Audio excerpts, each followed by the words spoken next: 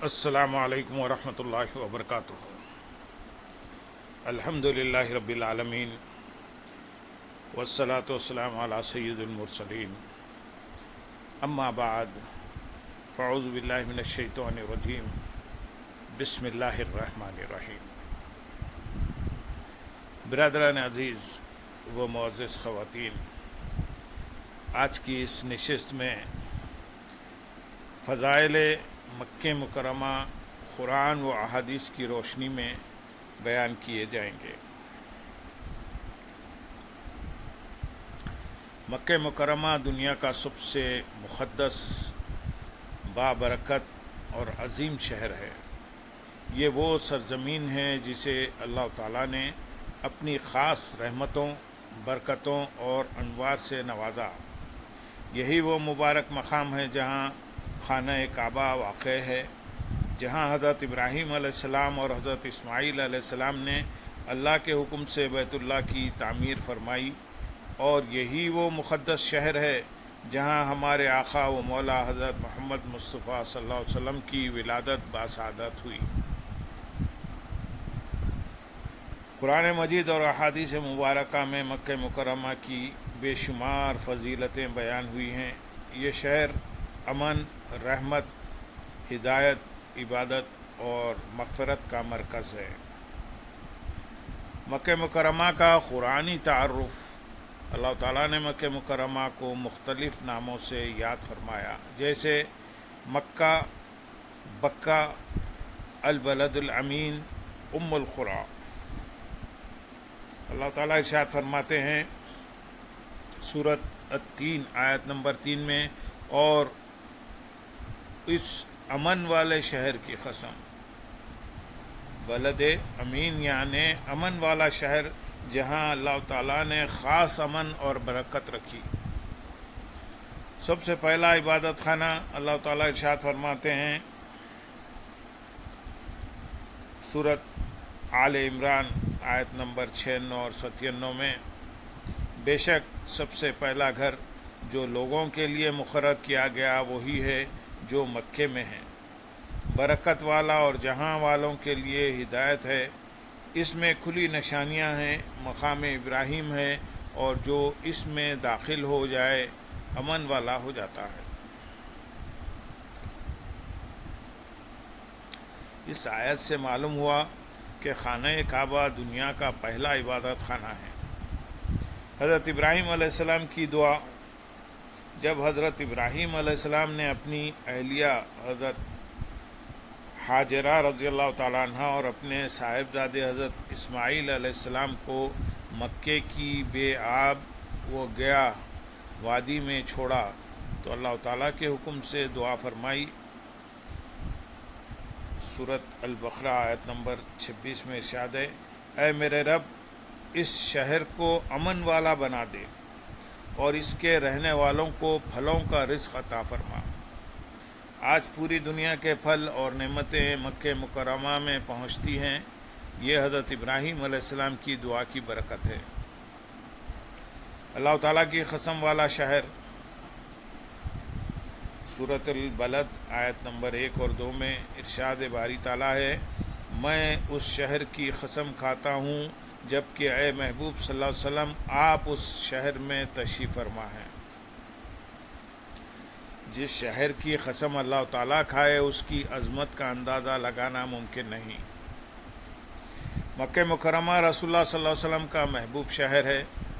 حضرت عبداللہ بن عباس رضی اللہ تعالیٰ عنہ روایت کرتے ہیں کہ رسول اللہ صلی اللہ علیہ وسلم نے فرمایا، اے مکہ، تو اللہ کی زمین میں سب سے بہتر جگہ ہے اور اللہ کو سب سے زیادہ محبوب ہے۔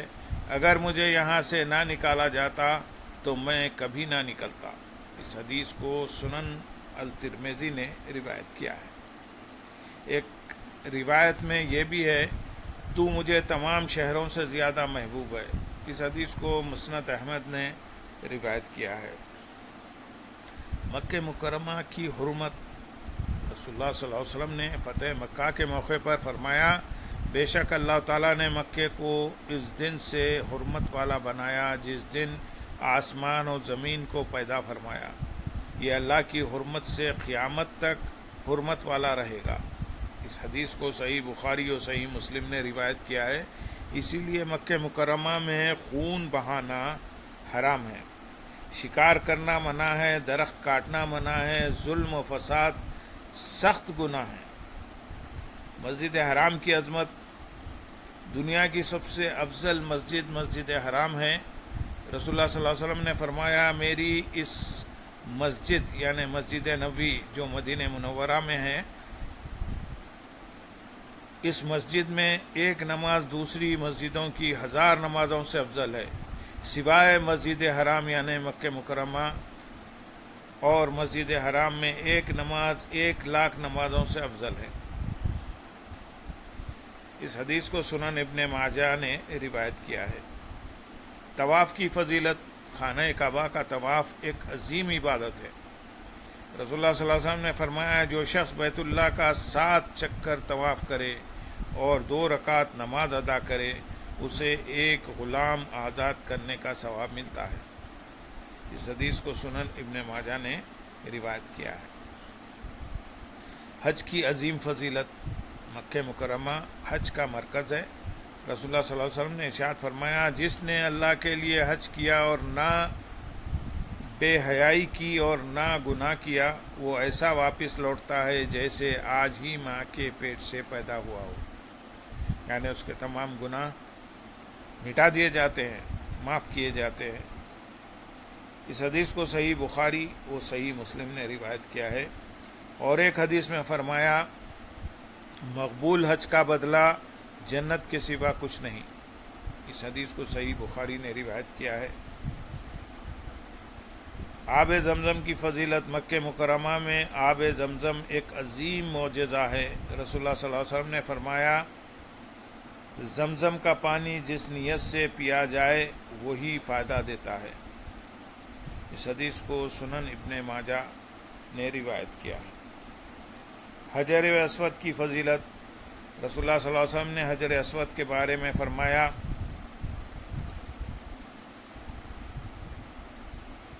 حجر اسود جنت سے نازل ہوا ہے۔ اس حدیث کو سنن ترمذی نے روایت کیا۔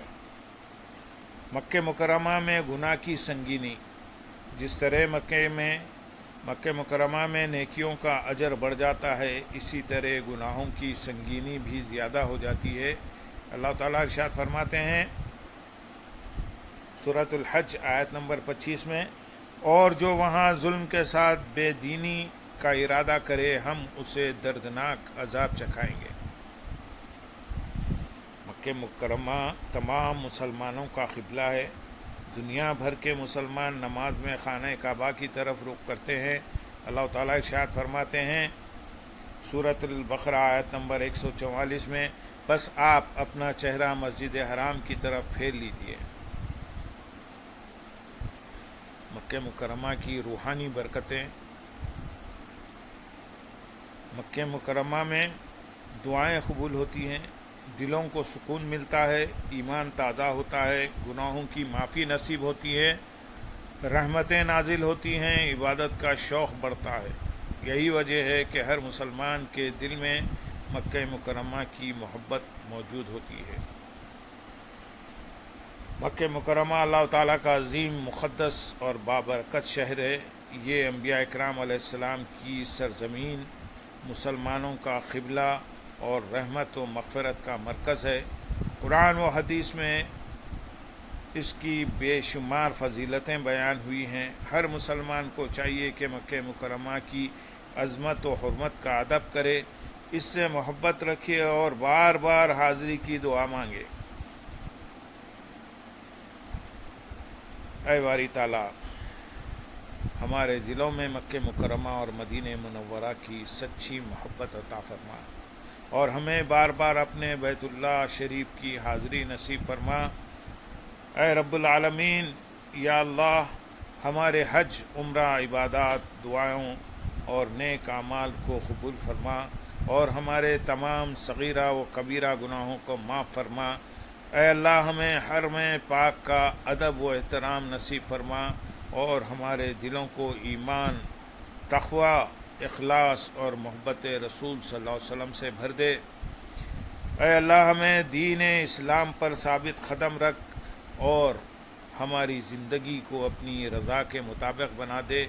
اے باری تعالی ہمیں دنیا و آخرت کی بھلائیاں عطا فرما، ہمارے والدین، اساتذہ، اہل خانہ اور تمام مسلمانوں کی مغفرت فرما، بیماروں کو شفا عطا فرما، پریشان حال لوگوں کی پریشانیاں دور فرما اور امت مسلمہ پر اپنا خاص رحم و کرم فرما۔ اے اللہ ہمیں ایمان کے ساتھ زندگی گزارنے اور ایمان پر ہی خاتمہ نصیب فرما، اور قیامت کے دن اپنے محبوب حضرت محمد مصطفیٰ صلی اللہ علیہ وسلم کی شفاعت نصیب فرما۔